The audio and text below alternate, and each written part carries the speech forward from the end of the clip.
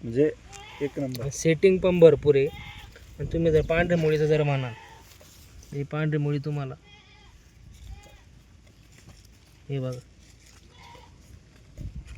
बरोबर.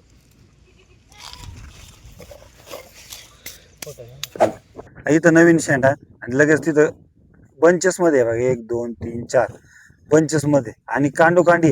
आज नवीन महत्वाचं अजून एक लक्षात जर घेतलं, हे कांड्यांमधलं जर अंतर बघितलं प्रत्येक ब्रँचेस.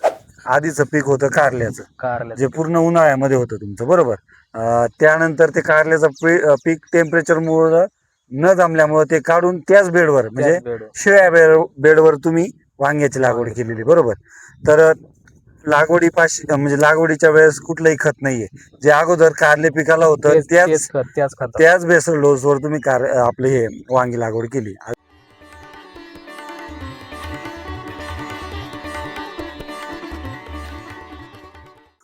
नमस्कार. नमस्कार. तुमचं नाव आणि पत्ता सांगा. माझं नाव दीपक गुलाब जाधव, राहणार गुंजावाडी, तालुका संगमनेर, जिल्हा अहिल्यानगर. म्हणजे संगमनेर जवळ तुमचा हा संगमनेर शेती जवळ. प्लॉट आहे, बरोबर. आणि टोटल किती क्षेत्र आहे तुमचं? आमचं आता समजा इथे एक एक सगळ्यांना एक एक एकर येईल इथं. लागवड किती दिवसाची?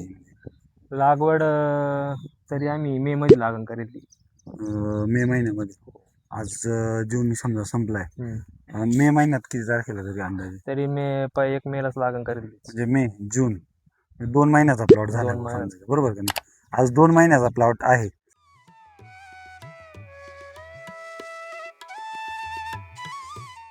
आणि व्हरायटी कोणती आहे आता ही variety Shyamal variety. Shyamal variety. हो. म्हणजे आपण जर बघितलं हे ब्लॅक वांगे आहे, बरोबर. हे बघा, भरताचं वांगे आहे ना. हो.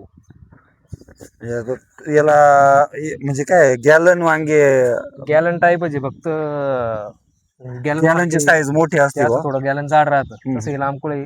आणि याला म्हणजे जाडकाठी असणं म्हणजे नसते तरी चालते याला. अच्छा, का बांधावंच लागत असं काही नाही, आपलं रेग्युलर वांग्यावानी. बरोबर. 2 महिन्याचा प्लॉट आहे. आणि हार्वेस्टिंग तुम्ही बोलले की आता पहिले हार्वेस्टिंग उद्या परवा करावंच लागणार तुम्हाला, बरोबर. एक आज कंडिशन जर बघितली तुम्ही याच्यावर, आधीचं पीक होतं कारल्याचं, जे पूर्ण उन्हाळ्यामध्ये होतं तुमचं, बरोबर. त्यानंतर ते कारल्याचं पीक टेम्परेचरमुळं न जमल्यामुळं ते काढून त्याच बेडवर म्हणजे शिळ्या बेडवर तुम्ही वांग्याची लागवड केलेली, बरोबर.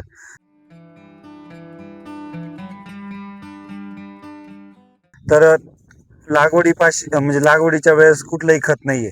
जे अगोदर कारले पिकाला होतं त्याच बेसल डोसवर तुम्ही आपले हे वांगी लागवड केली. तर कसं वाटतं, म्हणजे एकसारखं झाड दिसते का नाही? प्रत्येक झाड तुमचं एकसारखं आहे आणि फुलकळी आणि फळ पण जादा आहे. कारण की ह्या दिवसात, कारण की करायला सर हिटमुळे फुलकळी जादा होऊ राहिली. पण ह्या दिवसात पण ह्या मानाने याला फुलकळी जास्त लटकेली. आता आपण हे जर बघितलं बघा, पूर्ण जर सेटिंग जादा होईल. हे बघा, हे चित्र बघा. म्हणजे आता कुठंतरी काही काही भागात पाऊस झालाय, तर आपल्या भागात एक पाऊस झालाय फक्त, बरोबर आहे. म्हणजे अजून प्रॉपर म्हणतो ना, पुरेपूर पाऊस झालेला नाहीये. म्हणजे जो गारवा पाहिजे किंवा जमिनीची जी ताण ती भागलेलीच नाही अजून. आणि विशेष महत्वाचं म्हणजे कुठलाही झाडावर जर बघितलं तर एक शोधून सुद्धा तुम्हाला पिवळं पान सापडणार नाही, बरोबर का नाही? म्हणजे आज वांगे पिकामध्ये पानाची रुंदी पण तुम्ही बघू शकता. हे बघा, हे जर पान घेतलं का, हे बघा, आज जर पान बघितलं सर, जवळजवळ 2 हात बसतं एवढं पाणी. आणि रफ, हे बघा, एवढा आवाज येतोय, रफपणा तेवढा आहे. आणि तेच काळोखी जर बघितली खालच्या पाण्याची, तीच आपली शेंड्याच्या पानाची सुद्धा तीच काळोखी आहे. नाहीतर आपण जर बघितलं, शेंड्याची पानं जर निघताना काय होतात, अशी कवळखी असते त्या पानांना. आणि महत्वाचं म्हणजे आता वांगी पीक म्हणलं, तुम्ही देशी लावा किंवा नवीन हायब्रिड व्हरायटी लावा, तर त्याच्यामध्ये मेन म्हणजे शेंड्या अळीचा प्रॉब्लेम असतो, बरोबर. काय वाटतं शेंड्या अळीला, म्हणजे प्लॉटमध्ये तुम्ही 2 महिन्यामध्ये? 2 म्हणजे उन्हाच्या ज्या टायमापासून पावसाचं वातावरण झालं त्या टायमानंतर शेंडाळे पार सुरुवात होती. ज्यापर्यंत कडक उन्हाळा तोपर्यंत शेंडाळे एवढी जाणवत नव्हती, बरोबर. मग तिथून पुढे शेंडाळे जाणवायला लागली. पण योग्य ते तुम्ही सांगितल्याप्रमाणे मार्गदर्शन शेंडाळेला आपण चालू ठेवलं. आता आपण एक 12-13 दिवसापूर्वी आपण याला बेसल डोस केलाय. त्या बेसल डोस मध्ये काय काय वापरलेलं? त्याला कृषीधन 7 बॅगा, हम्म. ग्रीन भूमीच्या 2 बॅगा एकरी, bio NPK, bio potash, organic carbon, हम्म. एन बुस्टर, म्हणजे हे सगळं सगळं एकत्र डोस एकत्र. घेतलेला तुम्ही. त्यात फक्त एकदा 10-20 गुण टाकेल, अच्छा. दुसरं काहीच वापरेल नाही. म्हणजे पूर्ण प्रॉपर हे जे तुमचं 1 एकर क्षेत्र आहे, तर ह्या 1 एकर क्षेत्र मिळून तो एक तेवढा तेवढा भेसळ झालेला डोस झाले. आहे. लिक्विड काय काय केलेले आहे आपलं? लिक्विड आपलं 05234, आपलं SBTचं soil booster 05234, Simba 40, soil booster किती केले आपण?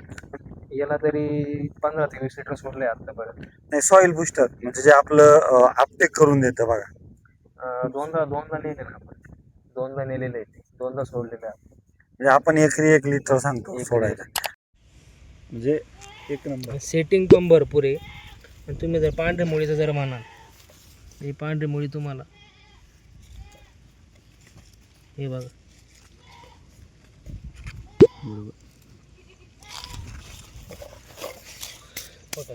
सिम्बा 40 म्हणजे 13-40-13. हा. तर ती ग्रेड सोडल्यानंतर ह्या पिकामध्ये तुम्हाला काय बदल जाणवला? तोपर्यंत म्हणजे फुलकळी एवढी हे नव्हती, म्हणजे दिसत दिसत नव्हती. नव्हती. आता आज ही दिसते आज समजा. सेटिंग पण हे चांगली बघा. झालेली. आता हे बघा, शेंडापर्यंत शेटिंग, इथं नवीन शेंडा आणि लगेच तिथं बंचेस मध्ये आहे बघा, 1 2 3 4 बंचेस मध्ये, आणि कांडोकांडी. आज नवीन महत्वाचं अजून एक लक्षात जर घेतलं, हे कांड्यांमधलं जर अंतर बघितलं प्रत्येक ब्रँचेस, की कसं वाटतंय तुम्हाला? हे कमी वाटतंय बरोबर. म्हणजे हे अंतर जर वाढलं तुमचं, तर फक्त काय म्हणतो आपण, वांग्याची उंची वाढते हा. आणि फुटवा कमी असणार आहे त्याला. पण जेवढं तुमचं कांड्यांमधलं अंतर कमी, तेवढी ब्रँचिंग जास्त, आणि प्रत्येक ब्रँचिंगला तुमचा त्या ठिकाणी फुलकळी लागलेली बरोबर आहे, अगदी याच्यापर्यंत शेंड्यापर्यंत माले. ह्या आपल्या ज्या ग्रेड सोडल्या बायो NPK मधल्या लिक्विड ग्रेड आहे बरोबर.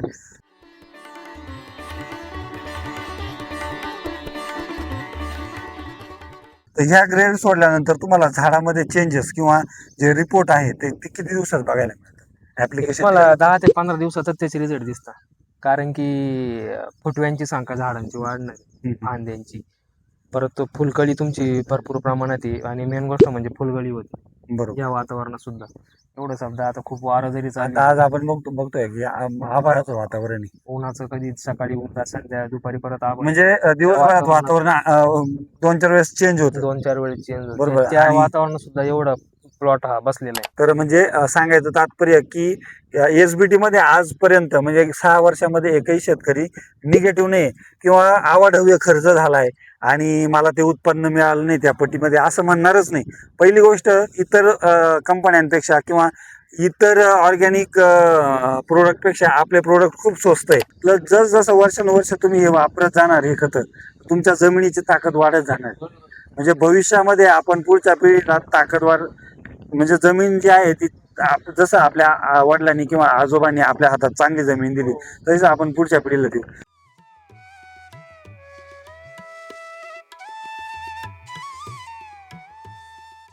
असं जर रासायनिकच वापरत राहिलो, जमीन खराब करत राहिलो, पुढच्या पिढीला फक्त आपण 7-12 देणार आहे. बरोबर आहे. म्हणजे ठरवायचं आपण नुसता 7-12 द्यायचा आहे का खरंच चांगल्या. तुम्ही आता बेड जरी उकळून पाहिले एकदम तुम्ही पर हाताने बेड उकळू शकता. हे बघा, म्हणजे बेड पूर्ण भुसभुशीत जमीन आहे आणि पूर्ण पाऊस होऊन गेलाय तरी, बरोबर का नाही? डबल पीक आहे.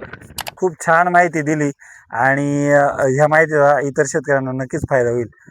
धन्यवाद. धन्यवाद.